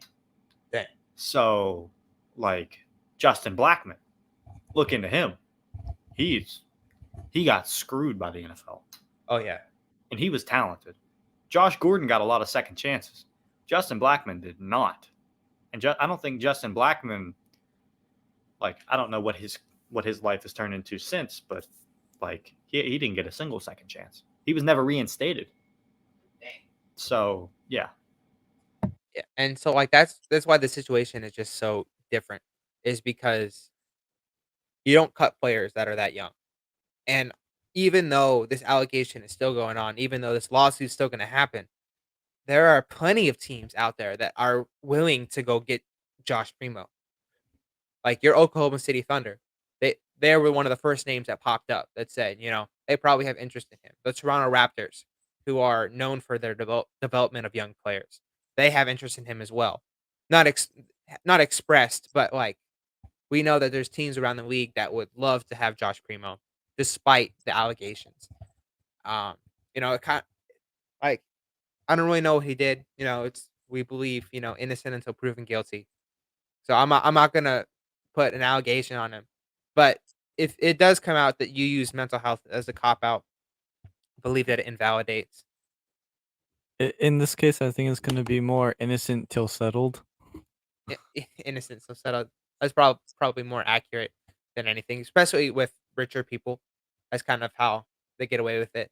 You know, when you were younger, your parents would take away your toys. Now the government takes your money when you screw up. And so that's what they do with rich people. They just take a bunch of their money. That's how they punish them. And so I think that you know, we'll have to wait and see. But hopefully this situation doesn't invalidate the stuff that Ben Simmons went through. Because I feel like I think there's something wrong with him. I think he did have some mental issues. Especially like when he doesn't dunk over Trae Young. Like that's not something where it's like basketball IQ, because Ben Simmons is very smart. If you watch him play basketball, he's very good with the ball. Like he averages like 8 assists a game. Like he knows what to do with the ball. He knows exactly how to play the game of basketball. Something was going on. I don't exactly know, something in his personal life. You know, we just don't know. And so I hope this situation doesn't invalidate the feelings that Ben Simmons was having. But whatever, you know, Josh Primo, we're gonna say that, you know, you got cut from the Spurs. You're a free agent now. I'm probably not gonna say any more about that. But I just hope the situation gets figured out pretty soon. So that's all I got for the NBA. You know, Suns are good. Milwaukee Bucks are good. And so they're probably best teams in the league. Donovan Mitchell's good. But Josh Primo kind of overshadowed everything that happened in the NBA this week. So. Quick question for you, Nate. You do, well, you're going to start, you said you want to do a basketball podcast. When can we expect your first episode of that this season? So I'm actually doing a deep dive onto Ben Simmons. Okay.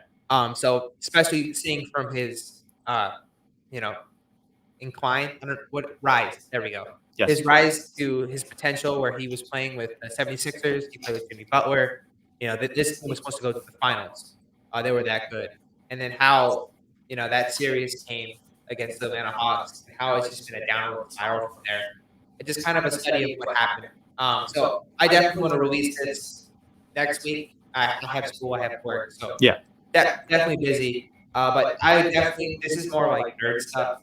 So like I can get into everything like the NBA, especially with the hour-long NFL segment. We don't want the video to be 3 hours long. Yeah.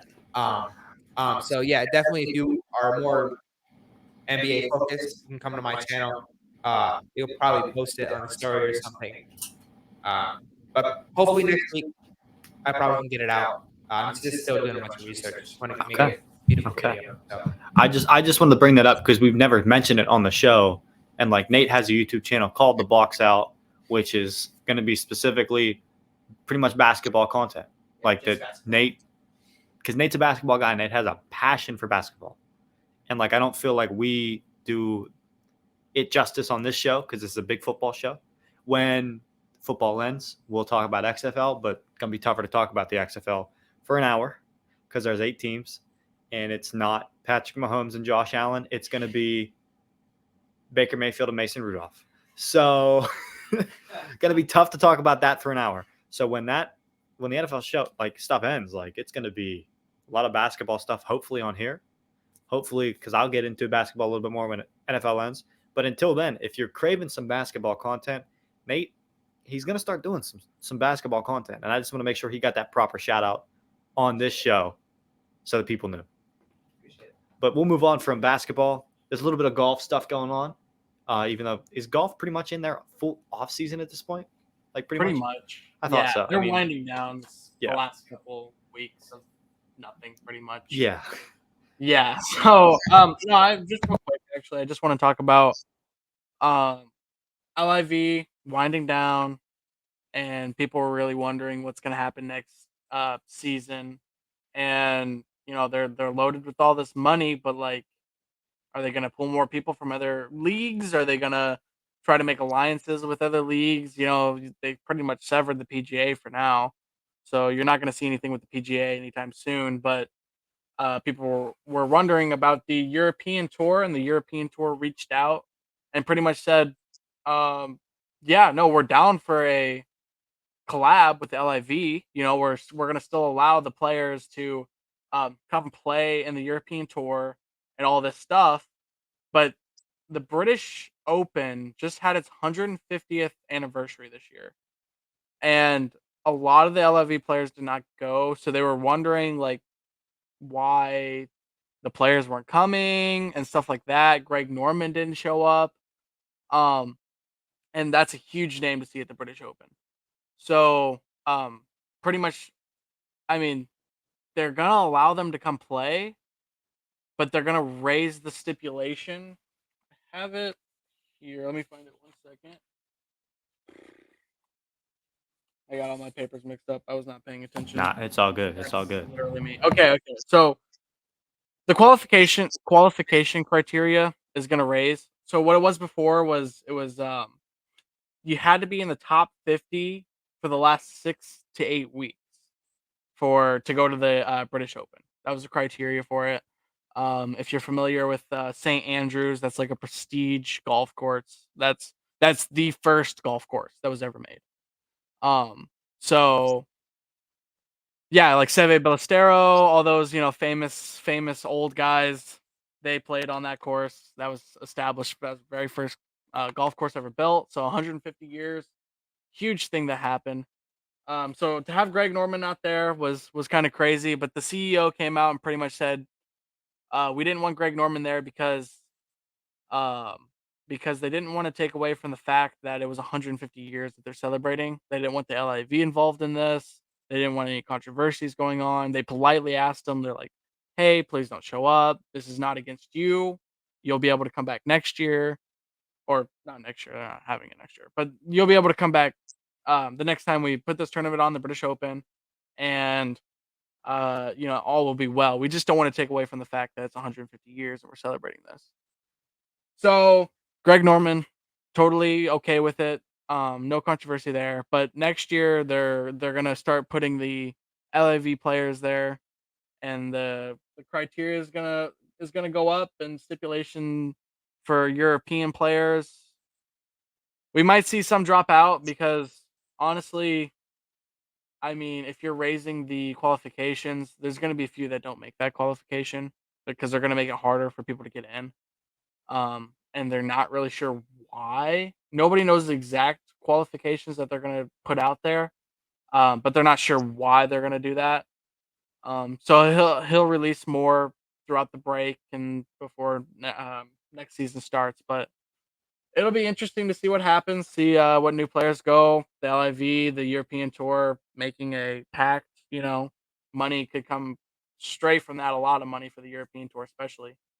So it'll be interesting. That's pretty much all I have for golf. I mean, we're pretty much toward the ends of it. So, I mean, that's it. golf is pretty much over. You're not going to hear much from that anymore. So That's wild that the European Tour is like looking to like almost work with Live, because wasn't it like a month and a half ago or something? One of our early episodes, we mentioned that there was a guy that went and golfed with Live, and then when he's like on the European Tour, wasn't even part of Live, and like he literally was not allowed to play.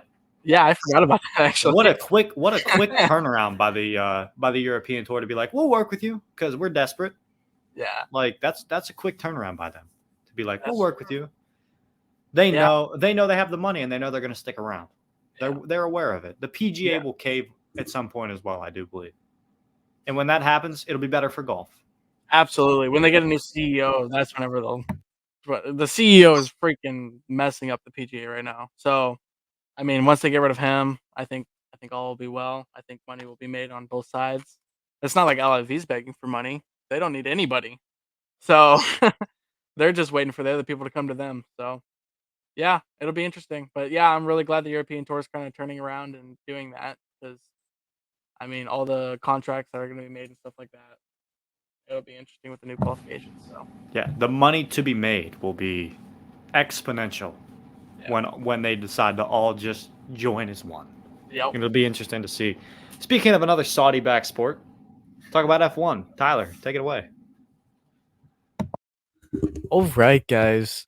Welcome back to our F1 segment. Today we are in Mexico. This was a very fun weekend, honestly. A very boring race, very fun weekend. I chilled out all weekend.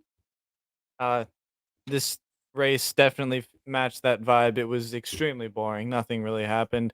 Sainz didn't go off the track like he usually does. I was unhappy. But it was a big weekend. There were many winners, many losers.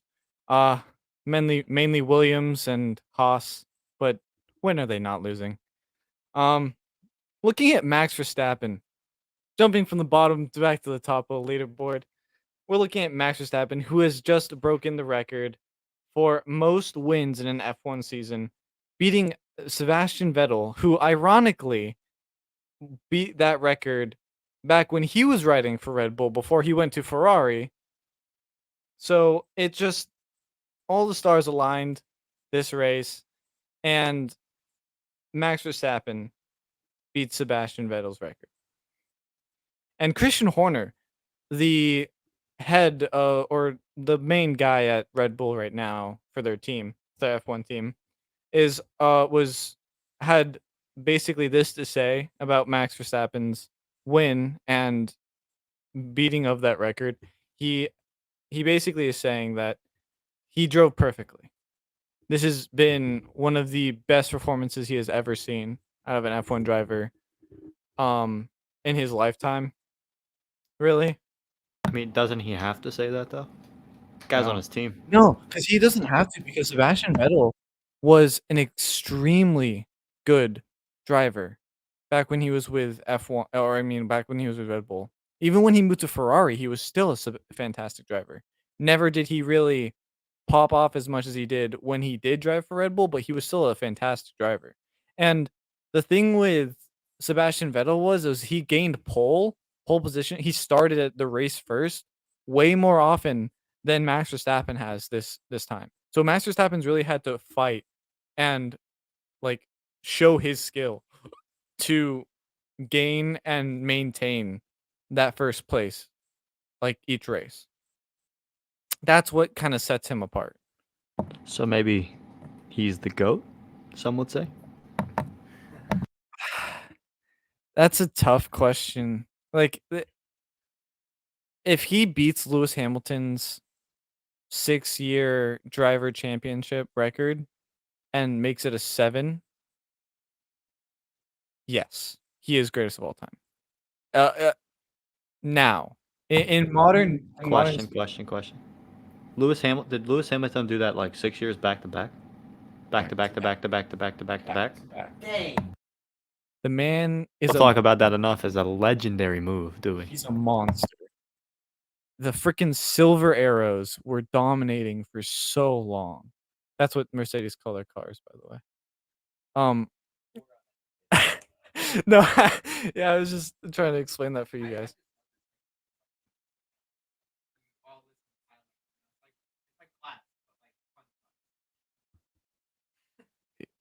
You're muted in the.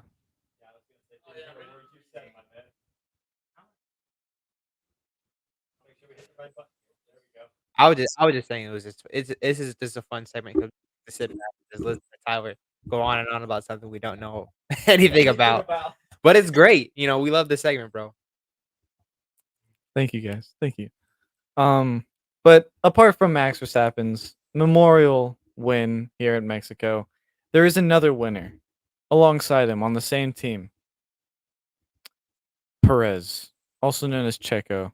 He got third place in this race, which was a fantastic win for the Mexican himself in his hometown. Not his hometown, but his home place. Respect. Well, he's Mexican. Show them respect. He's Mexican, okay? Bro, there are southern neighbors, my man. At least show the country respect. It's more than a city. Okay. It's a whole country. I get that. They might have bad water, but they got, good country. Good, hardworking people. Yeah, you could say that. Exactly. I ain't never seen a janitor that wasn't Mexican. I ain't never seen a landscaper that wasn't Mexican. Okay, we can move on from Hard that workers. one. Nobody questions who built the pyramids in Mexico. Everyone questions Egypt's work ethic. Nobody questions who built the pyramids in Mexico. I'm sorry, Tyler. He's not wrong. He's not wrong. Hard Wait. work. When they say aliens, do they mean? Back to F1.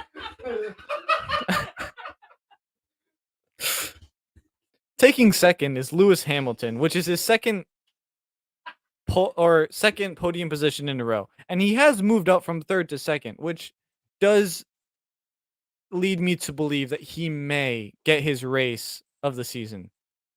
His one win, maybe. Because both Silver Arrows finished before the Ferraris. Where were the Ferraris this race? They disappeared. Many were left wondering, I see no red on the field. Where have they gone? Who knows? Maybe they were playing hide and seek. I don't know. No one could find them, though. And just another great performance. Another minor performance from the midfield that honestly is just dear and close to my heart. Ever since he left Red Bull, Daniel Ricciardo did very good this past race. I'm happy to see him doing well. And I mean, a lot is happening in the constructors as well, with McLaren, Alpine, Ferrari, and Mercedes. Ferrari and Mercedes are really the ones to watch right now, actually, because they are a lot closer than I would have thought they were, to be honest. When, with Mercedes closing the gap between Ferrari and getting both cars ahead of both Ferraris this past race is leading them into almost getting a lead on them. And if they can keep up this trend, they will claim second for the constructors. That's definitely a competition to be watching for in these very last races, honestly. I mean, it's not going to be anywhere close to the tension of last season between Lewis Hamilton and Max Verstappen, where the last race decided the racer championship, but it is going to be close. I will guarantee. I hope it is, honestly, to be entertained. But basically, that's all there is going on in F1 right now.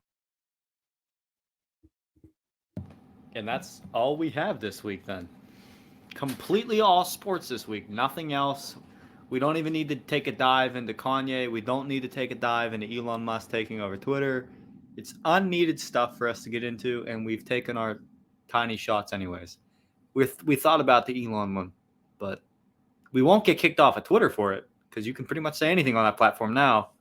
But it's whatever. I'm a fan of Elon buying Twitter, for those to be fair. I'd like to. Freedom of speech is a real thing, and it's kind of been stripped on that platform, and it needs to be given back. And Elon's doing that, but we don't need to dive into it. Because when he lets Alex Jones back on that app, Twitter will be a very wild place. And I'm not an Alex Jones follower nor a fan, but for comedic and entertainment value, he is a retard. He said it himself. Have you heard? Okay, we don't have to get into it. But have you heard that lawsuit that he got? He's broke, bro. No, I'm broke. No, bro, he's less than broke. He's being charged like billions of dollars. Almost. Yes. Yeah. No, is it billions? It's an insane amount of money. Yeah, That he can never does pay it not back. Yeah.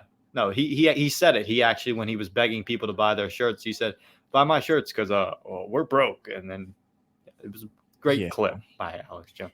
Don't know where to get it because he's not allowed on any. Oh, I think it's Newsmax. Yeah, I was gonna say Newsmax. it's about the only place you can get any clips of him speaking these days. Yeah. But either way, we don't need to discuss the Twitter thing because people are very mad about Elon buying Twitter, and I don't want to dive into it because I'm not. And that could be because my political beliefs, and we don't need to get into those either. But we're an hour and 50 minutes in. No one's going to actually listen to this part, so I feel okay saying that. And if you do listen to it and you want to know, I will gladly share because I won't hide it, but it's whatever. Let's get out of here before I go too far because I'm thinking about taking a Ukraine take now. So we got to bounce. No. We got to go. Thank you all for coming to the show, and we will end it here. Yep. Thank you guys for watching. We appreciate it. Tweet me at #TheJBShow. Trying to get my Twitter to grow a little bit. I'm really bad at Twitter, but Twitter seems to be the new platform with Elon buying it, especially if it makes Dogecoin the cryptocurrency of Twitter. Can't wait for that to happen. We hope you guys enjoyed this show, though. Next week, want to introduce a debate segment if we have the time next week, where maybe we'll debate Michael Jordan and LeBron James. Who's the GOAT? Next week. Or another name if we think they're so rightfully deserved. We will see next week whether we do that or not. Hopefully we do. And then some point after that, we will also do a Thanksgiving food draft.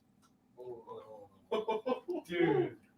So for those of you that enjoy the draft content, because I know there are quite a few out there that do, stay tuned for that one because that'll be a very, very fun one. But until then, check out 90-Second News when I drop it, Monday, Wednesday, Friday. Make sure to go subscribe to The Box Out, Nate's channel. I will leave a link to it in this video here. And make sure to stick around for next week's episode and subscribe if you're new, because if you're new and you listen this far, you clearly like the content. So, I mean, clearly an hour and 50 in. If you're still listening an hour and 50 in, you're a G. And we appreciate you. See you next week.